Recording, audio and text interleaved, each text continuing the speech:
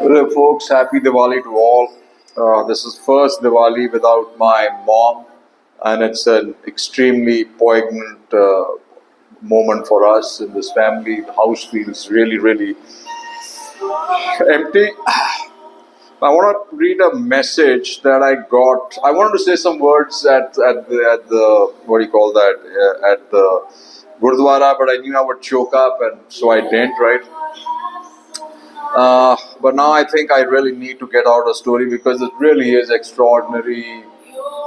Not ordinary, it's extraordinary. But before I start, let me tell you there have been many extraordinary moms in our circle, and I really like to call out Jagi's mom, Meera and Meera's mom, Choti's mom, Anil Chaudhary's mom, all these ladies who lost their husbands in the wars in 62 and 65 and singularly brought their kids up to be such brilliant people, right?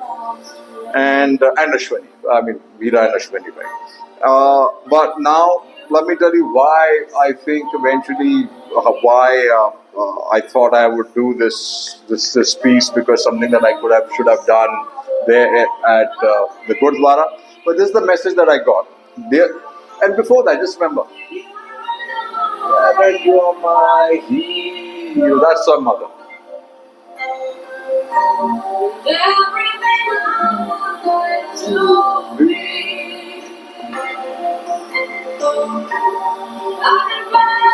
She actually made me believe I could fly higher than an eagle. And at a young age, no matter where I went, and she really was a wind beneath my wings right throughout. Now, let me just say what this message said. It said, this Diwali, we want you to know that our thoughts and hearts are with you. Though this year may feel different, we hope you find moments of peace, warmth, surrounded by memories of your beloved mother. May the light she brought into your life continue to shine, bringing you comfort, wishing you strength, and sending all our love warmly. Shiv, Nitya, and Amya. What a beautiful message. And now it's been a month since the sun set on this beautiful, kind, giving lady. And this kind of curtains have come down on this particular scene in at least our family, which is me, Ashma. This scene, I mean, of course, there are many more scenes to come. My sister, my brother-in-law, my brother, Andrew, Kanav, right? But we miss her. You know, we spent the last 31 years, Ashma made this call that we'll live together, and that's kind of a strong thing to do for such a strong girl like Ashma, right? She said there's no point living separately, right, in the same house. And there were years and months of shadow boxing, but eventually developed into this beautiful relationship between the two, where actually Ashma could get upset with her and my mom would take it, right? And my son, he grew up with her, slept for about till he was 3 or 3.5 with her, made her tell her stories, and I say a lot of the good parts that he has something to do with her, right?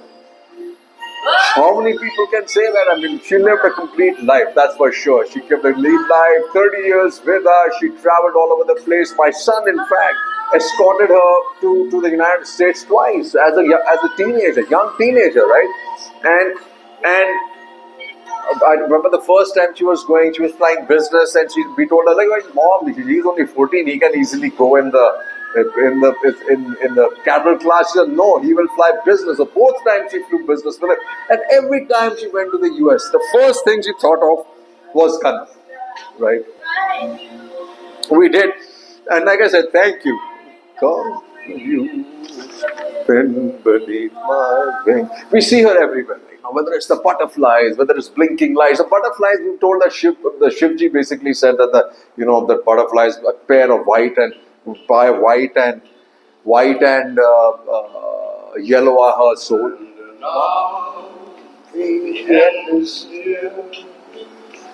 So I face the final curtain.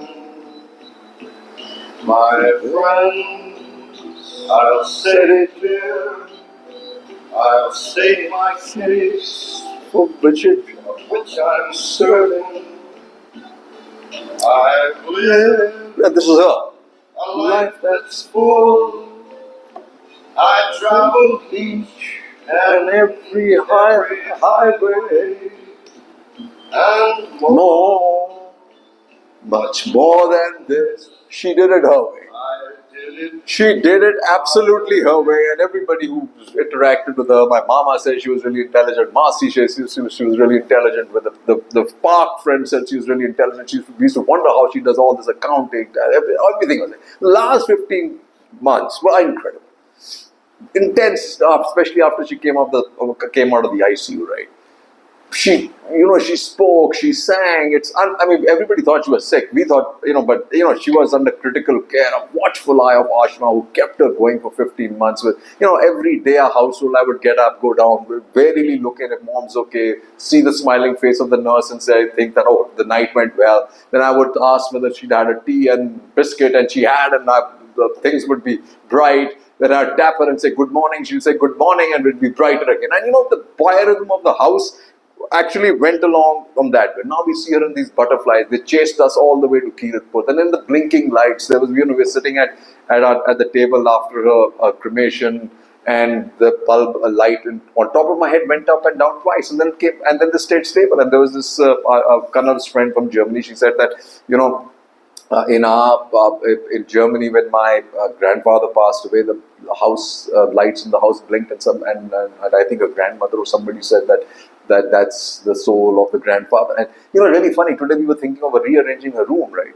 and getting rid of some of her pictures. She had many of her families all over the place, and the bed, the light above her bed blinked twice. Now I don't know whether she's saying okay or whether she's saying no. I don't know, right? But she's everywhere. Right? She's everywhere. And now, why I bring this story to her, and why I say her story is kind of unusual, extraordinary, is because of the conversation I had with her. Now, what was this conversation all about, right? The conversation was about her family. And the family it's really interesting. The family she spoke about was, I said, who's your family? Who was the eldest, right? And she said, Billa was the eldest. So I said, who came next? She said, Channa came next. Then I asked her, who came after that? She said that, I think it was Moini. And then me, and then Inderji, the creature, and Kamla Masi, and she was very fond of. So in her family, Kamla Masi, and she was very fond of. In her family, there was Sardar Kirpal Singh, Bade Papaji, that was her father, Bhaboji. Then there was Sardar Balwant Singh, Aka Saab Papaji, who was number 2, started Pioneer Sports in Sialkot. And he had kids, Balbir, Channa, Balbir, and Kamla. She was very fond of Kamla Masi. Channa uncle, she saw was very naughty too, and had actually at one time shot her in the leg with a Egan, and he got walloped by Sardar, by Saab Papaji. Right? Then came and Chachaji, right? And she spoke about these Havelis, 4 Havelis. Chachaji living on his own. He had 2 kids, Surain and younger than that, Ravi. She was very fond of Ravi uncle. And basically, he was Shokij. He always lived a separate life, right? And for the longest time, to me, my grandfather was Sardar Kirpal Singh, and my grandmother, Nana Nani, and was Babaji, right? So this was that pattern. So I'm thinking, and I'm asking her now, hey, all these you name, they're not really my real mamas and mami as I know them now, right? I said, where does Gugu Mamaji, Bolu uncle, Masi fit? And she said, no, Duji family. So she actually, now I come to the part that now Balbir uncle also putting it together, that he's talking about his father's elder brother, which was mom's father, right? He doesn't acknowledge that part, right? That's really funny. But he doesn't acknowledge that at all at this stage, right? But he says he moved to Chandigarh. He moved to Chandigarh because of me. Then he moved back from Chandigarh. He moved back to Mumbai because of him. But all this time he bought a house in my name, right? So obviously he was related to me very closely, right? And I thought he'd moved back to Bombay because of us being put to Sana. Until 74, our holidays were either my dad in Tezpur, Jhansi, or in Bombay, where my grandfather finally was, right? And during this period, somebody called Sardar Papaji and BG were really on the periphery. Right, Gugu Mamaji and Sheila Mamaji were right front up and center because we were in Sanaa, so they were our guardians going up. So they were obviously closely related to it. But then the rest of them were in the periphery, right? Till 74 when Bade Papaji passed away in Bombay, right? And things really, really got murky, and I thought, must bring this out. When I came for a death certificate, I kind of, they said, but the Aadhaar card says Sardar Kirpal Singh as the father, but Harbans Kaur must be the mother honi hai. I said, Harbans Kaur. Then we quickly pulled out the passport. No, her mother was Amar Kaur Kirpal Singh, right? So now here's the story. So there were these four people. Sardar Kirpal Singh, the eldest, had no kids. So the first adoption attempt was Bilankal, which for whatever reason didn't work out. And lo and behold, I think BG offered Mom, right? And Mom, from there on, was completely, as far as she was concerned, Babuji and Bade Papaji was it. So she became a Bombay girl, right, eventually. She was in IP college where she got her, I think, bachelor's, got her degree in life, health sciences or whatever. She went partly, she did her college in St. Bede's.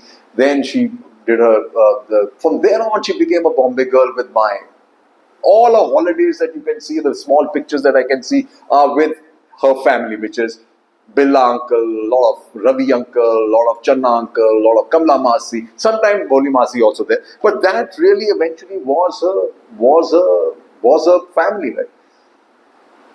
I also felt the same way.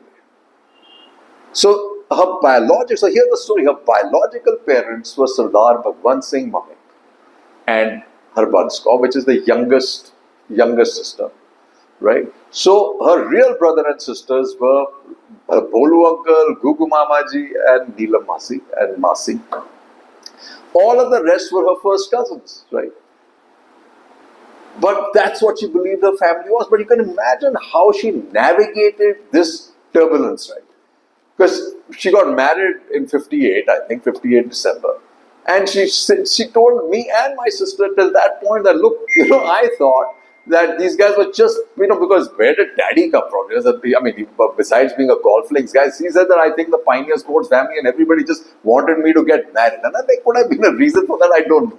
But they married her off to dad, and suddenly she found herself in this lonely place in Wellington. From Wellington to we were born in Bombay, me and my sister.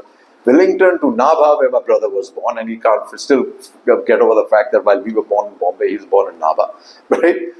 And then from Nabha, she went to Jalandhar. She's remembered there very fondly. She's remembered during the 65 war when my dad took over command of the Sindh Horse, lost a lot of men, a lot of people I've met at one of the Mianis talk very highly of her, how she and my dad would come to the command hospital in Chandigarh to look after them. To not only look after them, to ask about them, right?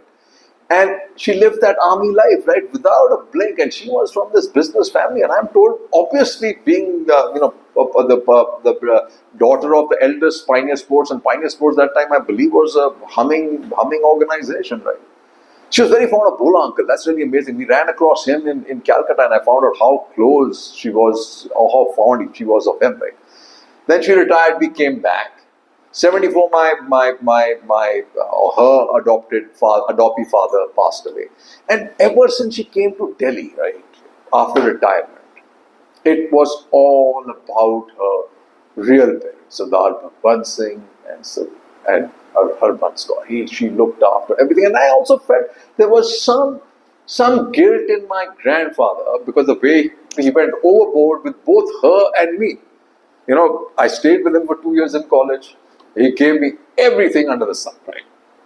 Then every day that I was here till life, and he actually encouraged and facilitated all my first few jobs, and then also facilitated my going to the US for my MBA, right? And every day he would come to drop fruit at my mom's place. And it was an amazing relationship, and my mom also then had to navigate very, very unbiasedly between the problems that the family had after that, right? And so here's this whole thing, right? You think about it. She's why I call it Adbhut and extraordinary is because, Apparently, in those days, it was done. But is this normal? I mean, think about this lady who, as a child is given away to somebody else. Then she lives in this Bombay, all the other the rest of her family is in Delhi. How often he meet how often she meets them, I don't know. Sana was a passion. She sent all of us essentially because we were really fat, right? And one of the guys, Brijinder Singh, Major Brijinder Singh, who was, I think, Dad's two eyes, he told him, sir, I think only till you send him to Sana and make a man of him, nothing's going to happen. So we got shipped off to Sana, and there was a deal that time that buy one, get one free. That means only if my sister went, would I be admitted. So, and she was at the Founders every year. Whenever she could, she would pick us up.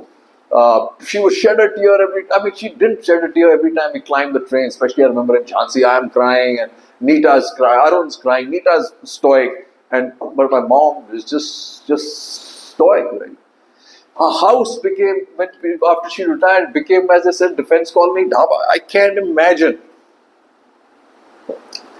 how hospitable this house was because of her. Food was always on the table. She was a great cook. A roast of lamb, then her biscuit pudding, her, what do you call that, her gooseberry cakes, her coffee souffle was just brilliant. But, I say she really, in a sense, was a pioneer in how she was able to, and I think, navigate this whole process. But mentally, I think she had to have been really, really strong to, have this situation of adopted parents and actual parents, and how she flipped, how she moved between the two, navigated these technically uncharted waters, I would think, right? I also became collateral damage, but that's another story. And because I then, after she left, and she thought that probably Babaji and Papaji was alone, so I was handed over to them for their entertainment, I think, right? But then she lost her. She married. She was, all three marriages. Me, and then my dad passed away young. She was only 56. And can imagine that she was only 56, and that was uncharted territory, right? She created these lovely friendships with Goody Auntie and Kamla Auntie, Ravi's mom, and the coaches, right? And saw movies every day, but never let it be known that, she was hurting. And she must have been, right? She must have been. I think I guess, she did a full life. She went peacefully. She went with all of us around her. She never lacked for company, conversation.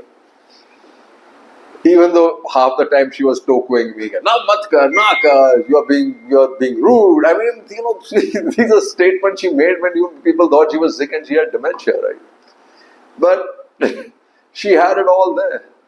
I think the only thing that she probably missed was she probably wanted to see Kanav's marriage. But I do think she saw something, which I think she will carry in her soul, and she's happy about that. And so, cheers, Mom. You gave us so many years extra, so many months extra when I know you knew I needed you. We all needed you. So thanks so much for this lovely companionship, this life, and for being the wind beneath my wings, and to make me believe that I could fly higher than an eagle. Probably I did, but hey, she did give me that belief. Love you, Mom, and may your soul rest in peace, and you, as a white and yellow butterfly, be always here in our house.